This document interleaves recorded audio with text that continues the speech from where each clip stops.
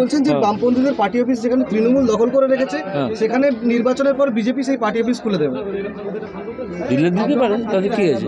একটা গণতন্ত্রে তো এটাই উচিত। কেন সিপিএমের পার্টি অফিস দখল করে রেখেছে তৃণমূল, সেটা আপনারা খোঁজ করুন। এটা তো করার কথা নয়। কেন দখল করে রাখবে? সকলেরই তো গণতান্ত্রিক অধিকার আছে, তাই না? রাজনৈতিক দলগুলোর প্রচারের অধিকার আছে। তৃণমূল তো এর আগে ভোটের পরে এর আগের ভোটের পরে প্রচণ্ড সন্ত্রাস চালিয়েছিল বিজেপি কর্মীদের ওপর। কত মানুষকে মেরেছে, গড় পুড়িয়েছে, বাড়ি থেকে চলে যেতে হয়েছে তাদেরকে, তাই না? এসবগুলো তো করার কথা নয়। কিন্তু যেহেতু তৃণমূল একটা দুর্বৃত্তদের দল এবং একটা চোর ছেঁচড়ের দল, তারা এগুলো করেছিল। এবং তখন যে পুলিশ ছিল তারা সেটাকে তারা সঠিকভাবে সেটার মোকাবিলা করেনি। এবারে যদি তা হয়, এরকম যদি কোনো ঘটনা ঘটে, তাহলে কিন্তু আমরা তাদেরকে একটা ছোট্ট শব্দবন্ধে বুঝিয়ে দিতে চাই, মজা দেখিয়ে দেবো।